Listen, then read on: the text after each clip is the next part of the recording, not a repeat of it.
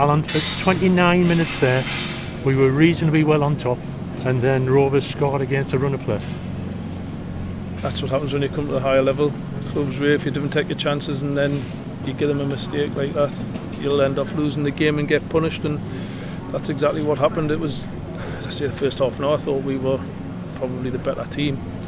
Not dominating it, but I thought on balance I thought we created better chances. Them never really caused any problems. We looked quite assured at the back, picking up the second balls constantly.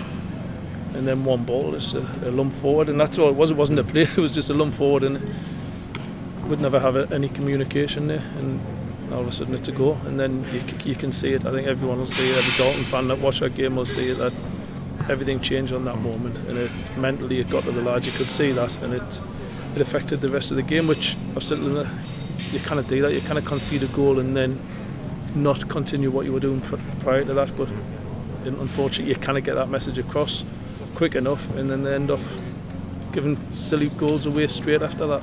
Mad 15 minutes. Yeah, there was, I think, the third goal, the first penalty of the game. That seemed a bit harsh there when David Atkinson challenged there.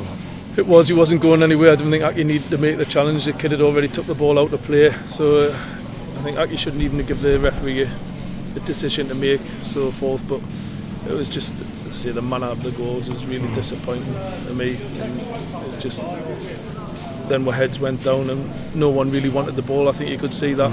People, well, our class is hiding behind people not moving quick enough, and you give them a massive lift. We'll give them a massive lift, and then once you've done that, good players come to the fore then when they're on the front foot. So massively disappointed, but you've got to be proud of where we got. But end of the day, it wasn't good enough.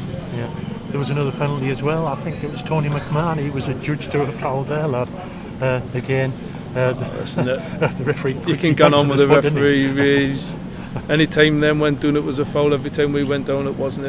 You could argue on that, but it just wasn't good enough at the end of the day from us. Unfortunately, we just never hit them levels that we had against Swindon. For me, the intensity levels weren't there, whether it's fatigue or whatever. Because some of the players, like Sean Reid, played a hell of a lot of games, and ideally I would have started him more, but he hadn't trained enough. He wasn't 100%. He hadn't even struck through a ball, so it would have been a massive gamble. And he might have come off after 10-15 minutes.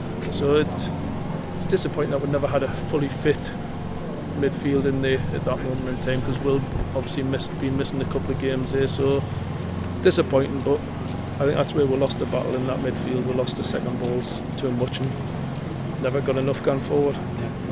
You gambled on Nicky Hunt, or was it a gamble? No, I trust Hunty 100%. He come in and I thought Hunty had an excellent game today. It sounds daft that we conceded 6, but I don't think he'd done much wrong. You know what I mean? We lacked that protection in front a little bit, because I thought we were in between when we were chasing. We weren't pressing. It was like a half a press, and then good players play around you when you do that. You need to just sit in and be that protection, but we're getting caught out too often and leaving them wide open too many times. So maybe a little bit back to the drawing board and it's got to be. No, we're asking the lads a few questions in there. We've asked them to watch the game back, make sure that analyse their own performances, look at it, why it wasn't as good as what it should have been and could have been, especially after half an hour. To me, that's mental rather than ability, because the first half an hour, I thought we were a decent side there, and then even Paul come to us at the end, he said that's not a 6-0 game at the end of the day. Was it? But you get punished if you make mistakes and give chances to the opposition at this level, and that's what happens. Yeah, it was down to clinical finishing, really, wasn't it? I mean, a couple of examples. Their full-back fired across Johnny Salter to score. When Mako does it, their keeper gets his fingertip to it and pushes it against the post. That's a rub of the green, isn't it? You get that. As I say, then put one in the net, and then their keeper makes a wonder save, and that's what gets you them extra points or gets you through the next round, stuff like that. But it wasn't to be. Really disappointed. It was always going to be a big ask, but I think we were all dreaming, because we've done it once, could we do it again? And it's more that the performance had disappointed me. They never reached the levels that they've been playing at recently, and I think that's the biggest disappointment. It's a horrible cliche, but we can concentrate on the league now. Yeah, we've got to start concentrating on the league, unfortunately. It's because we haven't been good enough at home. It's strange. It's really strange, because there's no different instructions coming from away or from home.